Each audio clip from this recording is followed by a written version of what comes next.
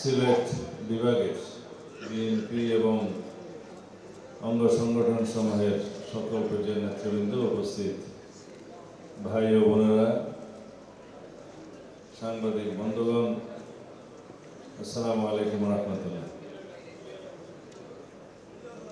আজকের এই অনুষ্ঠান যদি আমরা গভীরভাবে চিন্তা করি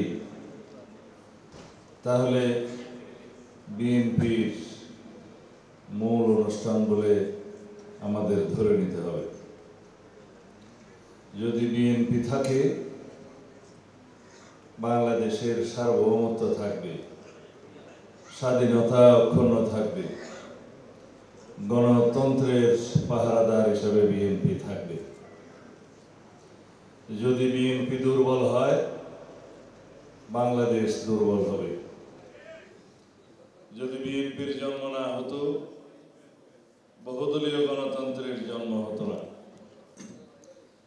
যদি বিএনপি বাংলাদেশের রাজনীতিতে গণতন্ত্রের পক্ষে অবিরাম সংগ্রাম করে না আসতো, বাংলাদেশে গণতান্ত্রিক সংগ্রামের ইতিহাস রচিত হতো না। যদি বিএনপি সুসংগঠিত না থাকত, সংসদীয় পদ্ধতির সরকার প্রতিষ্ঠিত হতো না, তত্ত্বাবধায়ক সরকার পদ্ধতির প্রবর্তন হতো না, ফ্যাসিবাদের বিরুদ্ধে নিরন্তর সংগ্রামের মধ্য দিয়ে গণতান্ত্রিক সংগ্রাম জয়ী হতো না। সুতরাং এই বিএনপি হচ্ছে আমাদের মূল, এবং বিএনপি হচ্ছে গণতন্ত্রের মূল শক্তি। এই বিএনপি হচ্ছে বাংলাদেশের গণতন্ত্রের রক্ষা কবচ। এই বিএনপি হচ্ছে বাংলাদেশের স্বাধীনতা সার্বভৌমত্বের পাহারাদার। এই বিএনপির জন্মদাতা আমাদের নেতা, বাংলাদেশের স্বাধীনতার মহান ঘোষক, স্বাধীনতার সম্মুখ যোদ্ধা, বাংলাদেশের এই স্বাধীনতা উত্তর ইতিহাসের এক নম্বর দেশপ্রেমিক, সরাসরি মুক্তিযোদ্ধা, সেক্টর কমান্ডার, বাংলাদেশের সবচেয়ে জনপ্রিয় নাম শহীদ রাষ্ট্রপতি জিয়াউর রহমান।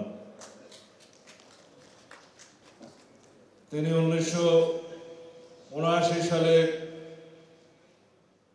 দ্বিতীয় জাতীয় সংসদে বাংলাদেশের একনায়কতান্ত্রিক সংবিধান বাকশালকে বিলুপ্ত করে বহুদলীয় গণতন্ত্রের জন্য যে সংবিধান রচনা করেছিলেন, সেই সংবিধানে বাংলাদেশের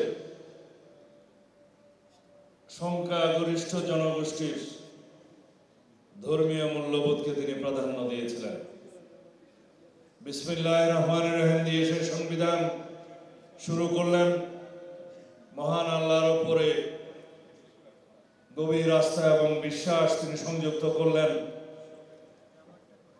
1975 সালের সেই বাকশালী এবং 1972 সালের সেই ধর্মনিরপেক্ষ সংবিধান তিনি ধর্মনিরপেক্ষতা বিলুপ্ত করলেন, পাশাপাশি সকল ধর্মের ধর্মাবলম্বীদের ধর্মীয় চর্চার স্বাধীনতা নিশ্চিত করলেন। যে দেশের 90 থেকে 92% মুসলমান, তাদের ধর্মীয় অনুভূতিকে ঊর্ধ্বে তুলে ধরলেন। একই সাথে এই দেশের সমস্ত ধর্মাবলম্বীদের ধর্মীয় চর্চা, আচার, অনুষ্ঠান যাতে নির্বিঘ্ন এবং স্বাধীনভাবে পালন করা যায় তার নিশ্চয়তা বিধান করলেন। সংবিধানের 28 এবং 41 অনুচ্ছেদে তিনি তার রক্ষা কবচ প্রদান করলেন। ধর্মের ভিত্তিতে কোনো বৈষম্য হবে না এবং ধর্মীয় সকল প্রতিষ্ঠান যে কোনো ধর্মের এবং প্রচার প্রসার নিশ্চয়তা বিধান করলেন। এই সেই সংবিধান যেটা বাংলাদেশের সকল ধর্মাবলম্বী, ধর্ম, বর্ণ, গোষ্ঠীর সমস্ত মানুষের স্বাধীনতাকে, ধর্মীয় চর্চাকে স্বাধীনতা দিলেন। এই সেই সংবিধান, এই সেই বিএনপির গঠনতন্ত্র, যে গঠনতন্ত্র পড়লে বাংলাদেশের যে কোনো নাগরিক, যে কোনো ধর্মাবলম্বী যে কোনো ধর্মের, বর্ণের, ভাষার, জাতির, গোষ্ঠীর সকলেই এই সমন্বয়ের রাজনীতির অন্তর্ভুক্ত হতে পারবেন। শুধু বাংলাদেশের সীমারেখার মধ্যে তার যদি বসবাস হয়, সিটিজেন হিসাবে প্রথম তিনি ঘোষণা করলেন তিনি হবেন বাংলাদেশী নাগরিক, পরিচয় হবে তার নাগরিকত্ব বাংলাদেশী। এখানে ভাষার ভিত্তিতে বিভক্তি হবে না, ধর্মের ভিত্তিতে বিভক্তি হবে না, জাতি, গোষ্ঠী, ধর্ম, বর্ণের ভিত্তিতে বিভক্তি হবে না। একটাই পরিচয় হবে বাংলাদেশি সিটিজেন, বাংলাদেশের নাগরিক, এবং সবাই সমান সাংবিধানিক এবং গণতান্ত্রিক অধিকার ভোগ করবে সমানভাবে। প্রথম আমরা বাংলাদেশে এই ঘোষণা পাওয়ার পর দেখলাম বাংলাদেশের সকল মানুষ বিএনপির পতাকা তলে ঐক্যবদ্ধ হলো। শহীদ রাষ্ট্রপতি জিয়াউর রহমানের হাতকে শক্তিশালী করল, বাংলাদেশের উন্নয়ন, অগ্রগতি, প্রগতিকে এগিয়ে নিয়ে গেল। এমনি একটি মুহূর্তে বাংলাদেশ বিরোধী, গণতন্ত্র বিরোধী একটি কুচক্রী ষড়যন্ত্রী মহলের হাতে শহীদ রাষ্ট্রপতি জিয়াউর রহমান শাহাদত বরণ করলেন। তিনি বেঁচে রইলেন তার শাহাদত বরণের মধ্য দিয়ে, তার রক্তদানের মধ্য দিয়ে বাংলাদেশ জাতীয়তাবাদী দলকে তিনি এই দেশের মাটিতে গভীরে প্রতীত করলেন, শিকড় অনেক গভীর হলো। আমরা তাকে দেখে রাজনীতিতে এসেছিলাম, একজন দেশপ্রেমিক, একজন ধর্মভীরু, একজন স্বাধীনতার যোদ্ধা, একজন মহান স্বাধীনতার ঘোষক। তাকে দেখে আমরা রাজনীতিতে এসেছিলাম। তিনি বাংলাদেশের মানুষকে এইটুকু বোঝাতে সক্ষম হয়েছে যে বাংলাদেশে যেই মানুষ বাংলাদেশি পরিচয় দিবে সেই এই দেশে বাংলাদেশ জাতীয়তাবাদী দলের সদস্য হতে পারবে। আমরা আজকে এখানে আবেদনপত্র দেখছি, লেখা আছে বাংলাদেশে জাতীয়তাবাদ, উৎপাদনের রাজনীতি, জনগণের গণতন্ত্র, জাতীয় ঐক্য এবং 19 দফা কর্মসূচি, শান্তি সমৃদ্ধি দেশের প্রতি যাদের বিশ্বাস এবং ভালোবাসা থাকবে তারা এই দলের সদস্য হওয়ার জন্য আবেদন করবেন। এখানে কি কেউ বাদ যায়? কেউই বাদ যায়। বাংলাদেশের কোন সিটিজেন কি বাদ যায়? বাদ যায় না। এখানে বলা হয়নি যে কোনো নির্ধারিত ধর্মের, কোনো বর্ণের, কোনো ভাষার, কোনো জাতির, কোনো জাতি গোষ্ঠীর কেউই এখানে আলাদাভাবে কাউকে অ্যাড্রেস করা হয়নি। সুতরাং এটাই একটি দল, যে দল বাংলাদেশের সংহতি সুদৃঢ় করে, যে দেশের সকল মানুষকে ঐক্যবদ্ধ করে, যে দেশের প্রতিটি ধূলি কণাকে এই দল ধারণ করে। আমরা সেই দলের একজন কর্মী হিসেবে গর্ববোধ করি। আমরা সেই নেতার একজন কর্মী হিসেবে, সেই দলের একজন সদস্য হিসেবে বেঁচে থাকতে চাই। আপনাদেরকে অনুরোধ করব, বাংলাদেশে এখন অফিসিয়ালি বলা হয় 18 কোটি মানুষ, হয়তো এই সংখ্যা 19 কোটি ছাড়িয়ে গেছে। প্রত্যেকের কাছে আপনারা আহ্বান জানাবেন, আপনারা এখানে অনুষ্ঠান করে এই রসিদ বই, এই সদস্য সংগ্রহের বইগুলো নেতারা বাড়ি নিয়ে গিয়ে বালিশের নিচে ফেলে রাখবেন না। কিন্তু এই 19 কোটি মানুষের মধ্যে অন্যান্য দলের লোকেরাও তো আছে। তারা যদি আপনাদের দলে অন্তর্ভুক্ত হতে চায়, এর মধ্যে যদি আদর্শের মধ্যে না থাকে, তাহলে আপনারা তাকে সদস্য করবেন না। অনেক নেতা অনেক কথা বলেছে, অনেক বিতর্কের সৃষ্টি হয়েছে। বিএনপির কি খরা পড়ে গেছে যে আওয়ামী লীগ থেকে লোক আমদানি করতে হবে? যে আওয়ামী লীগের রক্তে, যে আওয়ামী লীগের ডিএনএতে গণতন্ত্র নাই, যারা একবার আওয়ামী লীগের পতাকা দলে ঐক্যবদ্ধ হয়েছে, তাকে কেন আপনাকে আহ্বান জানাতে হবে? এই আওয়ামী লীগ জন্মলগ্ন থেকে গণতন্ত্রের বিরুদ্ধে অবস্থান নিয়েছে। তারা একনায়কতান্ত্রিকতা বিশ্বাস করে, একদলীয় রাষ্ট্র ব্যবস্থা বিশ্বাস করে, বাকশালে বিশ্বাস করে, বাংলাদেশের গণতন্ত্রকে হত্যা করেছে। সাংবিধানিকভাবে তারা তাদের রাজনীতিকে নিজেরাই কবর দিয়েছে, গণতন্ত্রকে কবর দিয়েছে বাকশালের জন্ম দেওয়ার মধ্য দিয়ে। তাদেরকে কেন আহ্বান করতে হবে?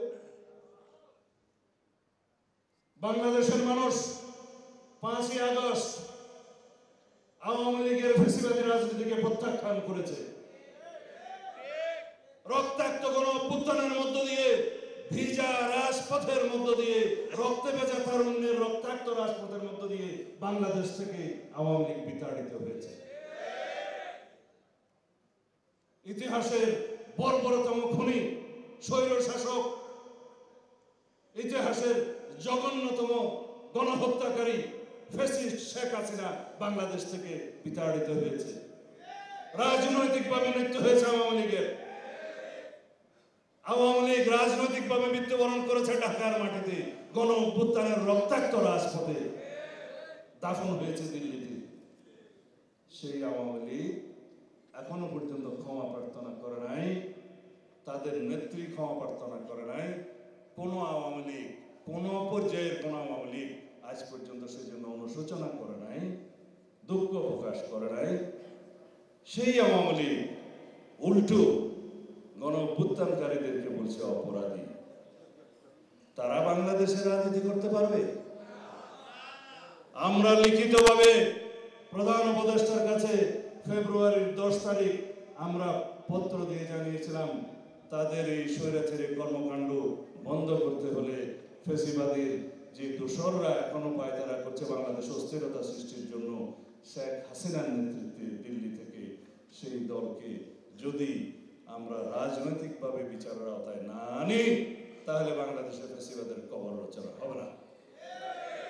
আমরা স্পষ্ট করে বলেছি, রাজনৈতিক দল হিসেবে আওয়ামী লীগকে বিচারের আওতায় আনতে হবে। আদালতের বিচারের মধ্য দিয়ে নির্ধারিত হবে বাংলাদেশের আওয়ামী লীগের রাজনৈতিক ভাগ্য। তারা রাজনীতি করতে পারবে কিনা, নির্বাচন করতে পারবে কিনা, কোর্ট ডিসাইড করবে, আদালতের মাধ্যমে ডিসিশন নিতে হবে। আর জনগণ তো সিদ্ধান্ত জানিয়ে দিয়েছে 5ই আগস্ট। সরকার আইন পরিবর্তন করে সেটা করলেন, কিন্তু অনেক পানি ঘোলা করে। আমাদের সরকার ঘোলা করে পানি খায়, একটি প্রাণীর মতো। আমি এর বেশি বলবো। এই সরকারের উদ্দেশ্যে পরে কথা বলবো, আগে বিএনপির ইতিহাস বলি। মরা আওয়ামী লীগের ইতিহাস বলে আমি আর সময় নষ্ট করতে চাই না। বাংলাদেশের জনগণের সামনে আপনারা বিএনপির ইতিহাস ঐতিহ্যকে তুলে ধরবেন। বাংলাদেশে যত সংস্কার হয়েছে, উন্নয়ন উৎপাদন হয়েছে, সমৃদ্ধি হয়েছে, প্রগতি হয়েছে, রাষ্ট্রপতি জিয়াউর রহমানের হাত ধরে হয়েছে, বিএনপির হাত ধরে হয়েছে। গণতন্ত্রের উত্তরণ হয়েছে, গণতন্ত্র প্রতিষ্ঠিত হয়েছে। স্বৈরাচার বিরোধী, সামরিক শাসন বিরোধী অবিরত সংগ্রামের মধ্য দিয়ে দেশনেত্রী বেগম খালেদা জিয়া গণতন্ত্রের মুক্তি এনেছেন। এবং তারপরে আমরা সংসদীয় রাজনীতিতে গিয়েছি। দেশনেত্রী বেগম খালেদা জিয়া আইন পাশ করে সেই সংসদীয় রাজনীতি প্রবর্তন করেছেন। 1996 সালে আমরা তত্ত্বাবধায়ক সরকার প্রবর্তন করেছি। এগুলো বিএনপির রাজনৈতিক ইতিহাস এবং ঐতিহ্য। এরপরে শেখ হাসিনার স্বৈরশাসন ফ্যাসিবাদের বিরুদ্ধে অবিরাম রক্তাক্ত সংগ্রামের মধ্য দিয়ে এক পর্যায়ে এই ফ্যাসিবাদের পতন হলো, যার নেতৃত্বে ছিলেন আমাদের নেতা বিএনপির ভারপ্রাপ্ত চেয়ারম্যান জনাব তারেক রহমান। তার সাক্ষী আপনারা আছেন, বাংলাদেশের মানুষ আছে। একইভাবে আগামীর স্বপ্ন দেখাতে চাই। বাংলাদেশের আগামী গণতান্ত্রিক সংগ্রামে গণতান্ত্রিকভাবে বাংলাদেশকে নতুন বাংলাদেশ হিসেবে গড়ে তোলার, গণতান্ত্রিক সাম্যভিত্তিক বৈষম্যহীন এবং একটি সুন্দর উজ্জ্বল ভবিষ্যৎ, সাম্যের বাংলাদেশ, মানবিক বাংলাদেশ, সুবিচারের বাংলাদেশ নির্মাণের জন্য আমাদের নেতৃত্ব দেবেন জনাব তারেক রহমান। আপনারা জিজ্ঞেস করতে পারেন, দেশনেত্রী বেগম খালেদা জিয়ার কথা বললেন না? দেশনেত্রী বেগম খালেদা জিয়া মানেই তো বাংলাদেশ। দেশনেত্রী বেগম খালেদা জিয়া মানেই এদেশের গণতন্ত্র, দেশনেত্রী বেগম খালেদা জিয়া মানেই এদেশের গণতন্ত্রের মা। সুতরাং আমরা সব সময় যতদিন তিনি আমাদের মধ্যে বেঁচে থাকবেন বাংলাদেশের মানুষের কাছে ঐক্যের প্রতীক হিসাবে থাকবে, স্বাধীনতার সার্বভৌমত্বের প্রতীক হিসাবে থাকবে, গণতন্ত্রের রক্ষা কবচ হিসাবে থাকবে। আমরা সেই রকম একটি বাংলাদেশ বিনির্মাণের জন্য ৩১ দফা প্রণয়ন করেছি। কবে? স্বৈর শাসনের পতনের আরো ১.৫ বছর আগে ২০২৩ সালের ১৩ই জুলাই পল্টনের রাজপথে বিশাল জনসভার মধ্য দিয়ে আমাদের দলের মাননীয় ভারপ্রাপ্ত চেয়ারম্যান ৩১ দফার প্রস্তাবনা বাংলাদেশের মানুষের কাছে তুলে ধরেছিলেন। তিনি বলেছিলেন এই ৩১ দফার ভিত্তিতে রাষ্ট্র সংস্কার করা হবে, রাষ্ট্র কাঠামো মেরামত করা হবে, এই ৩১ দফার মধ্য দিয়ে সংবিধানের গণতান্ত্রিক সংস্কার হবে, একটি বাসযোগ্য সুন্দর সাম্যভিত্তিক মানবিক মর্যাদার এবং সুশাসনের বাংলাদেশ প্রতিষ্ঠা করা হবে। আমরা করব সংবিধান সংস্কার কমিশন, আমরা করব বিচার বিভাগ সংস্কার কমিশন, আমরা করব বলেছিলাম প্রশাসন সংস্কার কমিশন, মিডিয়া সংস্কার কমিশন সহ সর্বক্ষেত্রে যতগুলো সংস্কার কমিশন করার আগে আমরা করব সেই সংস্কার কমিশনের মধ্য দিয়ে বাংলাদেশের মানুষের মতামতের মধ্য দিয়ে একটি ঐক্য সৃষ্টি করে ঐক্যমতের ভিত্তিতে আমরা সেই সমস্ত কর্মসূচি প্রণয়ন করে একটি শক্তিশালী গণতান্ত্রিক বাংলাদেশ রাষ্ট্র বিনির্মাণ করব। এই ছিল আমাদের প্রতিশ্রুতি। আমরা জানতাম না ফ্যাসিবাদের পতন কবে হবে, কিভাবে হবে, কত রক্তপাতের মধ্য দিয়ে হবে, কিন্তু আমরা জানতাম এই ফ্যাসিবাদের পতন হবে, খুব শিগগিরই পতন হবে। কোন স্বাভাবিক পন্থায় কোন স্বৈর শাসন, কোন ফ্যাসিবাদ চিরস্থায়ী হয় না, তাদের পতন হয় এবং অতি অবশ্যই নিষ্ঠুরভাবে পতন হয়। এটাই সভ্য দুনিয়ার ইতিহাস। হাসিনার পতনও নিষ্ঠুরভাবে হয়েছে।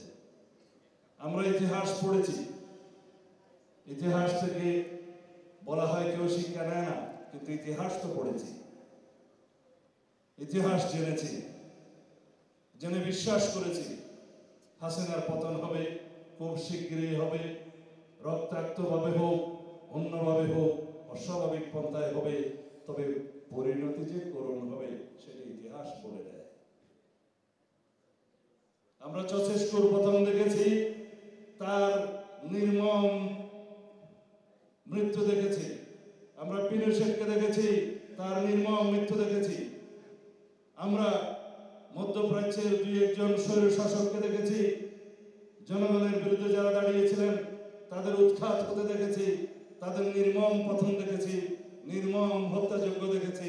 এগুলো ইতিহাসের সাক্ষী অহরহ দিতে পারি, না দেয়াই ভালো হবে। আমরা মনে করেছিলাম এই স্বৈর শাসক বাংলাদেশের মানুষের দাবি মেনে নিয়ে তার নিজের বিচারের কাজ গড়ায় দাঁড়াবেন, কিন্তু ইতিহাস তা বলে না। সেজন্য আমরা বিচারের ব্যবস্থা করছি। আওয়ামী লীগের দলগতভাবে বিচার হবে এবং এই গণহত্যা, মানবতা বিরোধী অপরাধের জন্য যারাই দায়ী, ব্যক্তিগত অপরাধের জন্য, ইন্ডিভিজুয়াল ক্রিমিনাল লায়াবিলিটির জন্য তাদেরকে কাঠগড়ায় দাঁড়াতে হবে, নিয়ে আসতে হবে। যারা এখন কাঠগড়ায় দাঁড়িয়েছে তারা সংখ্যায় অনেক কম, তাদের প্রত্যেককে দাঁড়া করানো হবে যারা বাংলাদেশের মানুষের উপরে হেলিকপ্টার থেকে গানশিপ দিয়ে গুলি করে এদেশের জনগণকে হত্যা করেছে। জাতিসংঘের রিপোর্ট ১৪০০ মানুষকে তারা হত্যা করেছে, কিন্তু প্রকৃতপক্ষে এই সংখ্যা ২০০০-এর বেশি। তারা রেকর্ড ভিত্তিক রিপোর্ট প্রণয়ন করেছে, সেজন্য সংখ্যা কিছু কমেছে। জাতিসংঘের রিপোর্ট আছে তারা ২০,০০০-এরও বেশি মানুষকে চিরতরে পঙ্গু করেছে, অন্ধত্ব বরণ করেছে শয়ে শয়ে, ২ চোখের অন্ধত্ব বরণ করেছে ৫০০ শতাধিক, ১ চোখের অন্ধত্ব বরণ করেছে অসংখ্য।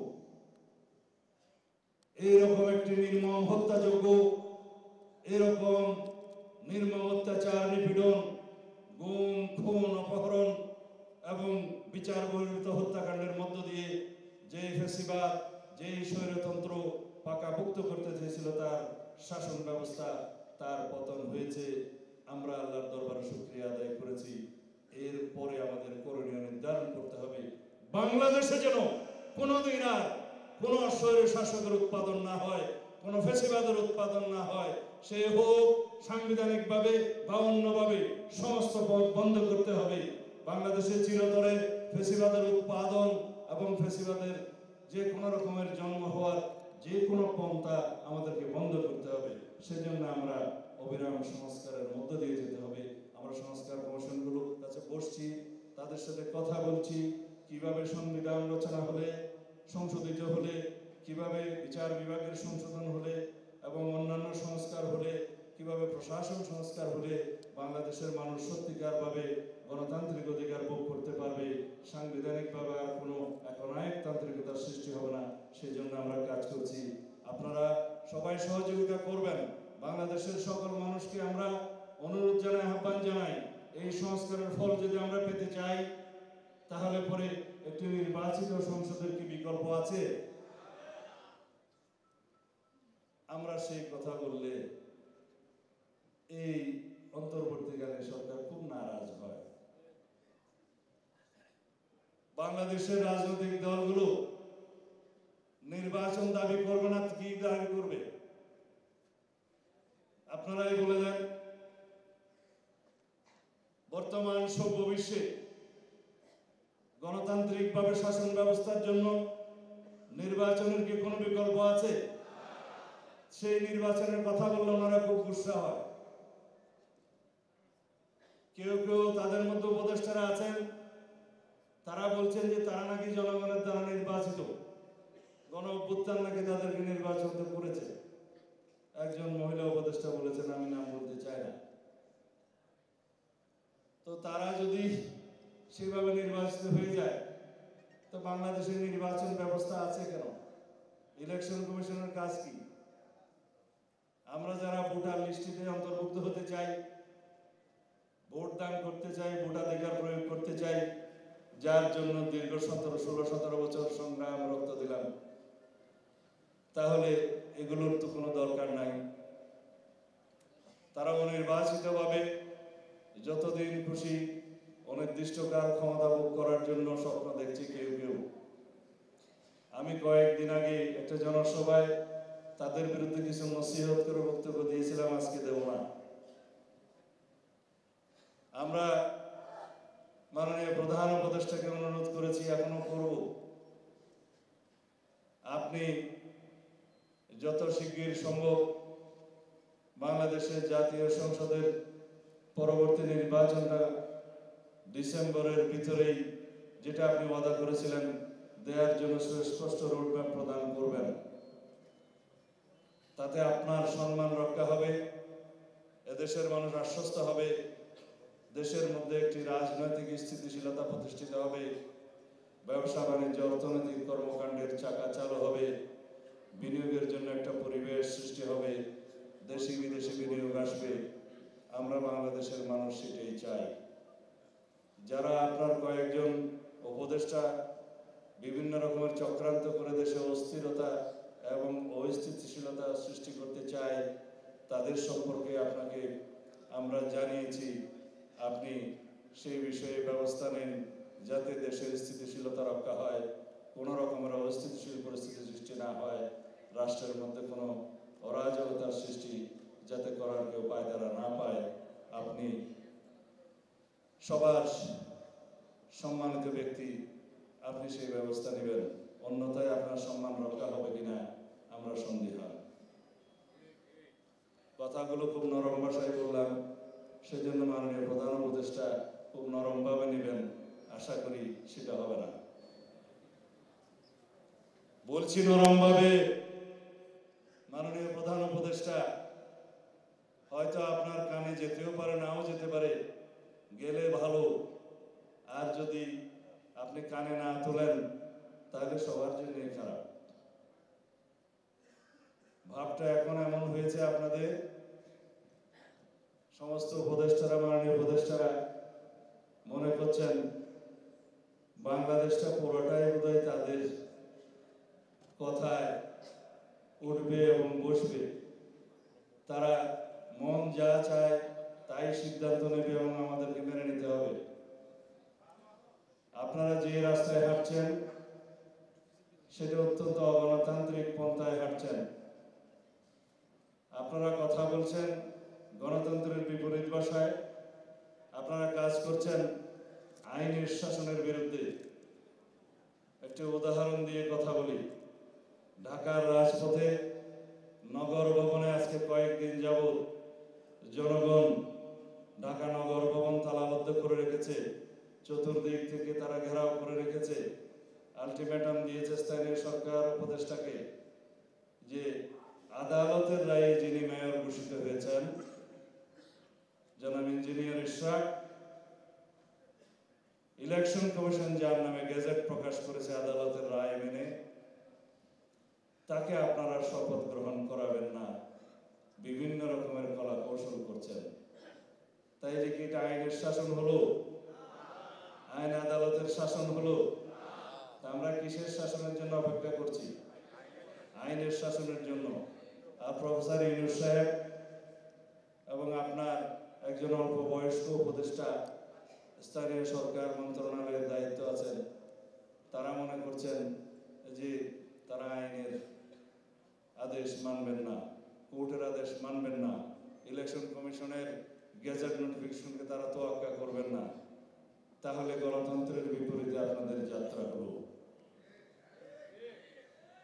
আমরা সবসময় আপনাদেরকে সহযোগিতা করেছি, এই সরকারকে সহযোগিতা করার জন্য আমরা প্রতিশ্রুতিবদ্ধ, কিন্তু তার মানে এই না যে আমরা দাসখত দিয়েছি আপনাকে যা করবেন তাই সমর্থন করার জন্য। আমি আহ্বান করছি অতি অল্প সময়ের মধ্যে, পারলে আজকে কালকের মধ্যে ঢাকা দক্ষিণ সিটি কর্পোরেশনের মেয়র হিসাবে আদালত ঘোষিত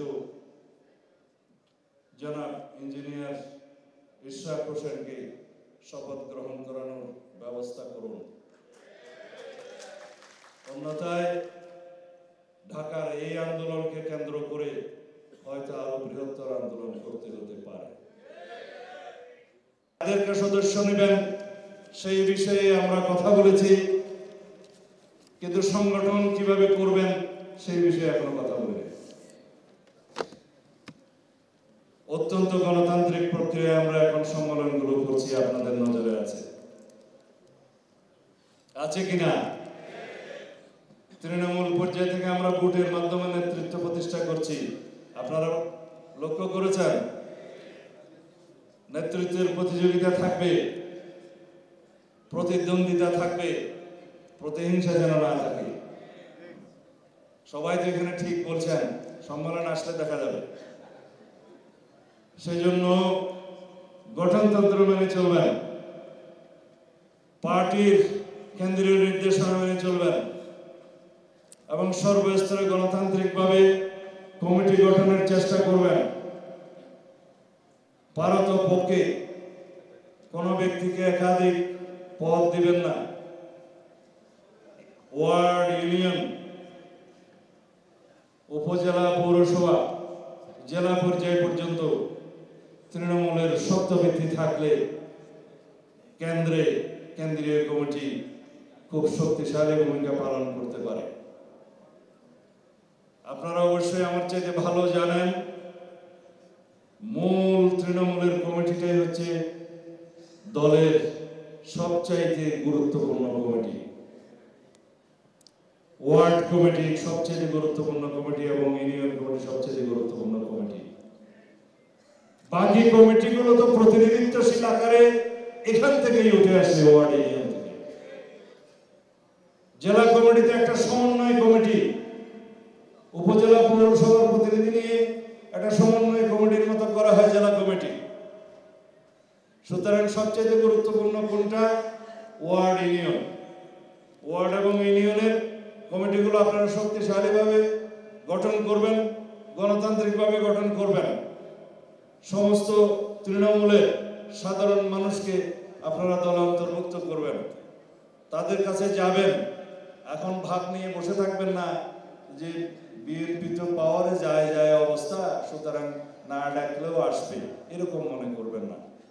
আপনারা আমাদের আদর্শ নিয়ে, 31 দফা নিয়ে, ভবিষ্যৎ বাংলাদেশ বিনির্মাণের জন্য আমাদের যে বক্তব্য সেটা নিয়ে প্রত্যেকের কাছে যাবেন, তাহলে পরে তারা অন্তর্ভুক্ত হবে আপনার দলে। আমি যে বক্তব্য দিয়ে শেষ করব সেটা হচ্ছে, খুব খেয়াল করবেন, ফ্যাসিবাদের রাজনীতি কায়েম করে গিয়েছে কারা? আওয়ামী লীগ।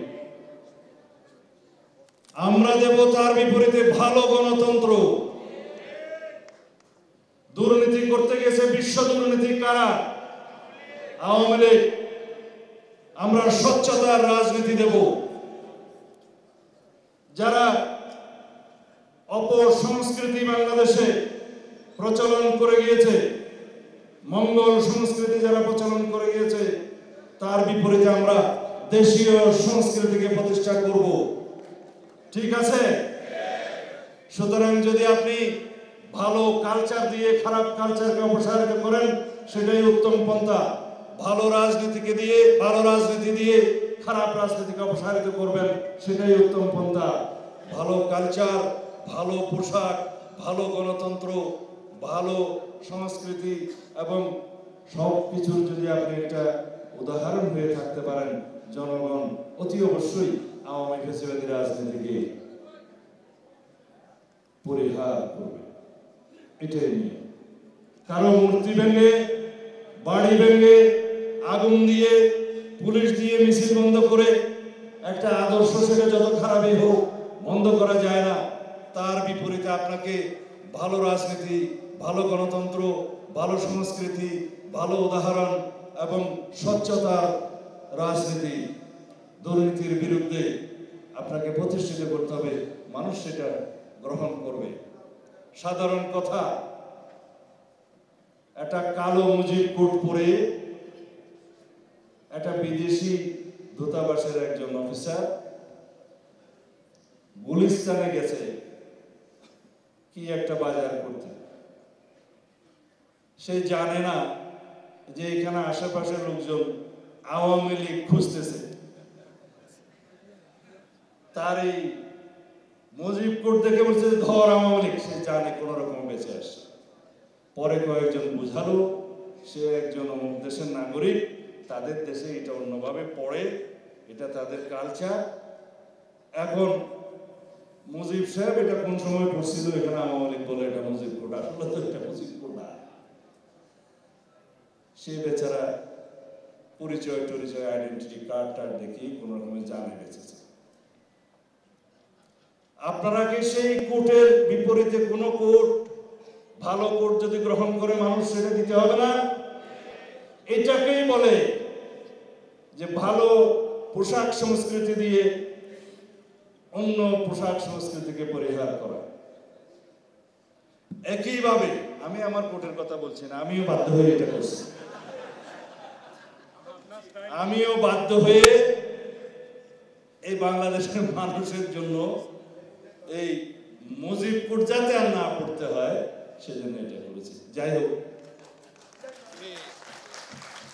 আমাদের ছেলেপিলেরা পাঞ্জাবের উপরে কোটি পড়তে পারে না, খুব কষ্টে থাকে, তো সেটা তখন রিসার্চ করে এটা বের করলাম।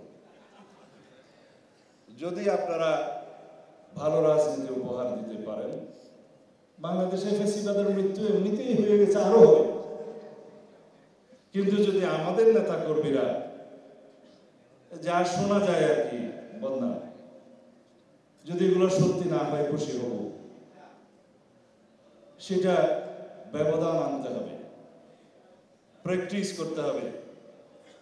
গণতন্ত্র এবং সংস্কৃতি চর্চার মধ্য দিয়ে পরিচ্ছন্ন হয়, সমৃদ্ধ হয়, প্রতিষ্ঠিত হয়। আমাদের গণতান্ত্রিক চর্চা বারবার হোঁচট খেয়েছে বলেই আমাদের দেশে গণতন্ত্র শক্তিশালী হতে পারে না।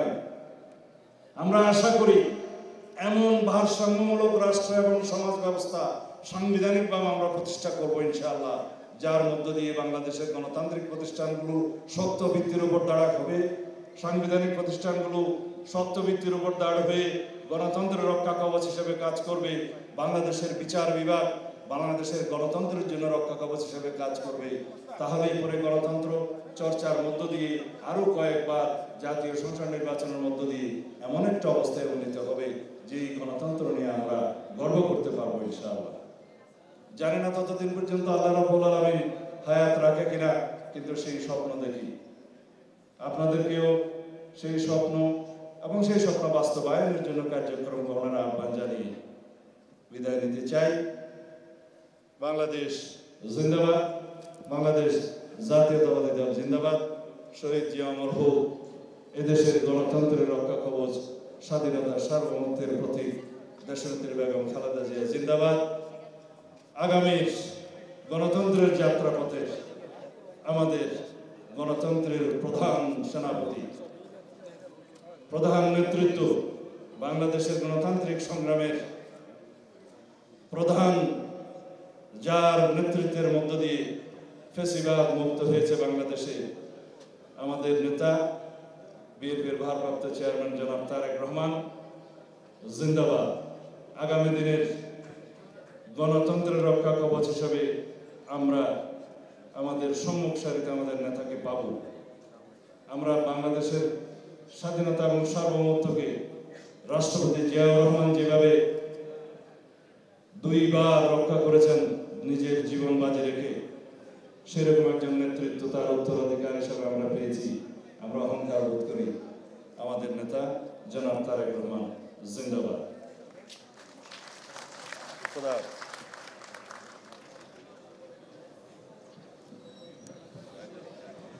আজকের এই অনুষ্ঠানে সমাপনী বক্তব্য নিয়ে আসবেন